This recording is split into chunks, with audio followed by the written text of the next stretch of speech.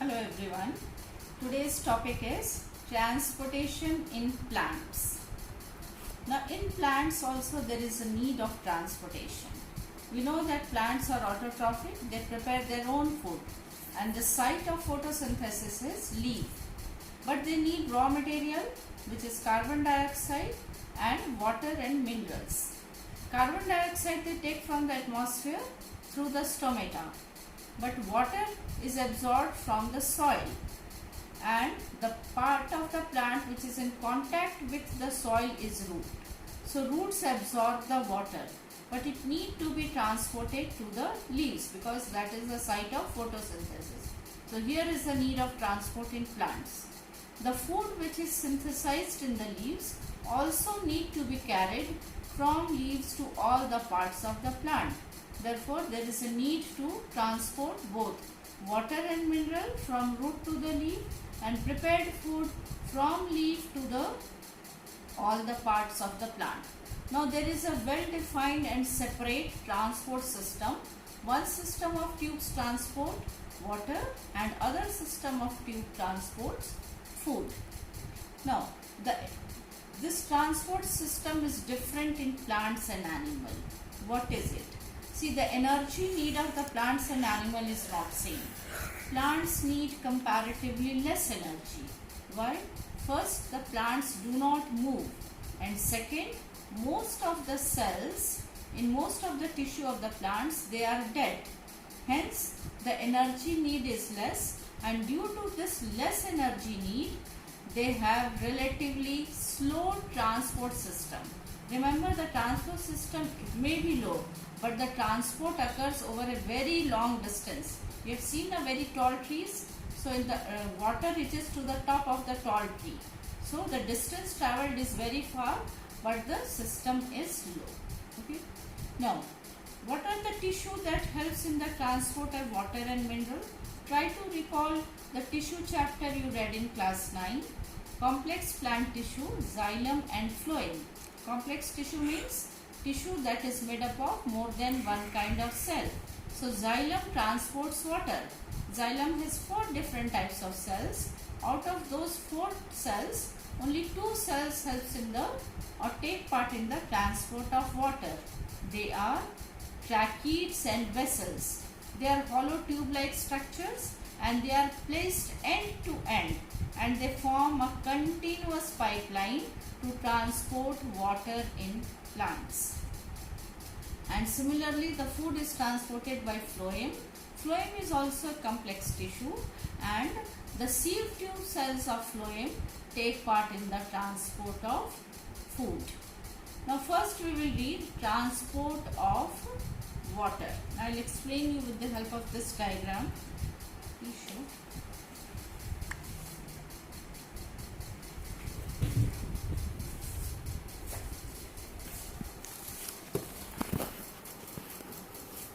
See, I am drawing this a schematic figure of the, suppose this is the root, stem, and this is what? Leaf. Okay. Now, the tracheids and vessels, you can imagine that they are tube-like structures, isn't it? These are one of cell. They are placed end to end and they form a continuous pipeline-like structures. And thus the water reaches the, so these are the tracheids and vessels of root connected with those of stem and that of the leaf. Thus they form a continuous pipeline structure through which water absorbed from the root reaches the leaves. Okay. Now here I am going to draw in the next page a figure that will show how is water absorbed. See, I am drawing this a transverse section of the root. Can you imagine if you take a cut of the root? The upper surface is what? Epidermis, and in the center what is present? Xylem and phloem. Okay. So I am just drawing this much portion of the transverse section of the root.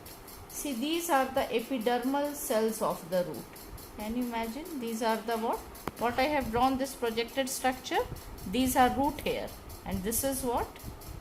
Root epidermis.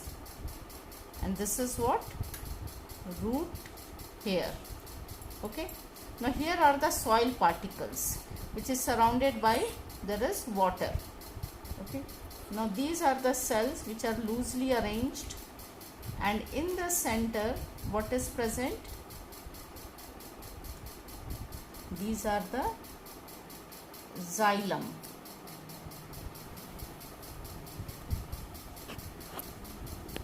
What I have drawn, this is the xylem cells of the root. See, water is absorbed. How is the water absorbed at the level of the root? The first step is salts are absorbed actively. Remember, salts are absorbed actively.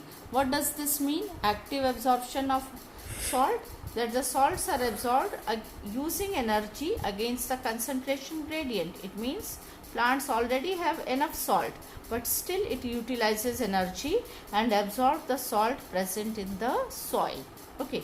Now as the salt is absorbed, due to its osmotic effect, water also enters. Okay. So the water, they travel cell to cell and they ultimately reach where? The xylem. Now in the xylem, due to absorption of water, a pressure is created called root pressure, and due to this pressure water rises up. Now this root pressure can be demonstrated by a simple activity that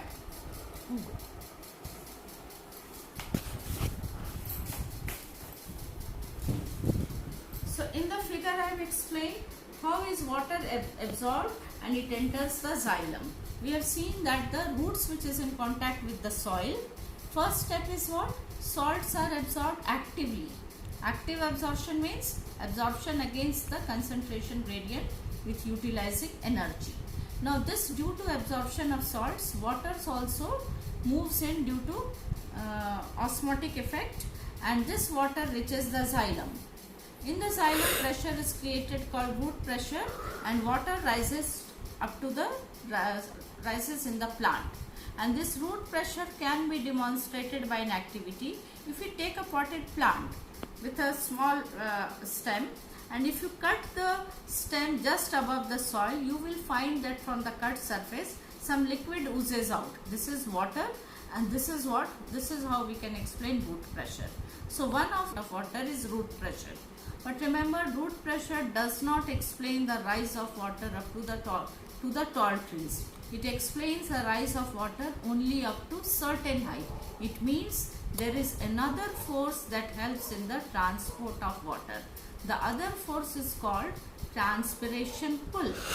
Now transpiration, you know that in the leaf water is lost in the form of vapor. This is called transpiration. Due to transpiration, suction or vacuum is created in the leaf. Therefore, water rises up.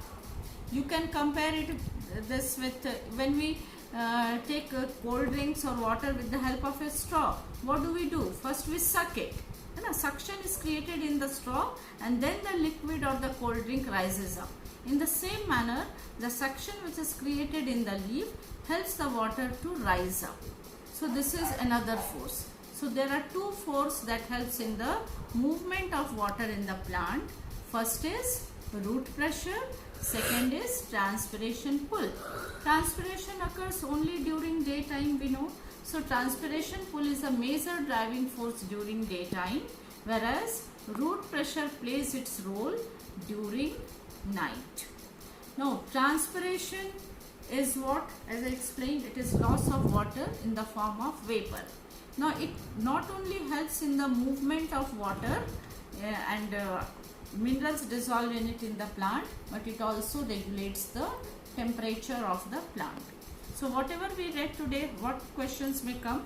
See, the first question that may come from this topic is, why do plants have low energy needs, or how do plants manage with relatively slow transport system? Just now I said they have low energy need because they do not move and most of the cells are dead. Therefore, they have less energy and they are able to manage with slow transport system. Then name the tissue that transport water and food. Xylem, trachea and vessels of xylem transport water, and sieve tubes of phloem transport food. Now the next question that may come in from this topic is, what are the two major driving force in the transport of water, it is one is root pressure and another is transpiration pull. Okay, you have to explain it. I have already explained, and I'll send you study material as well.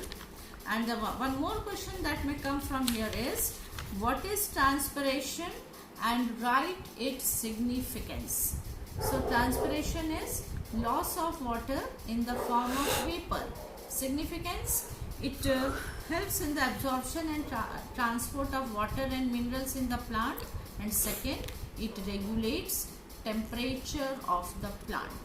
So today we have finished the only in transport of in plants we have finished only one part, that is transport of water, and in the next video I will take up transport of food. Thank you.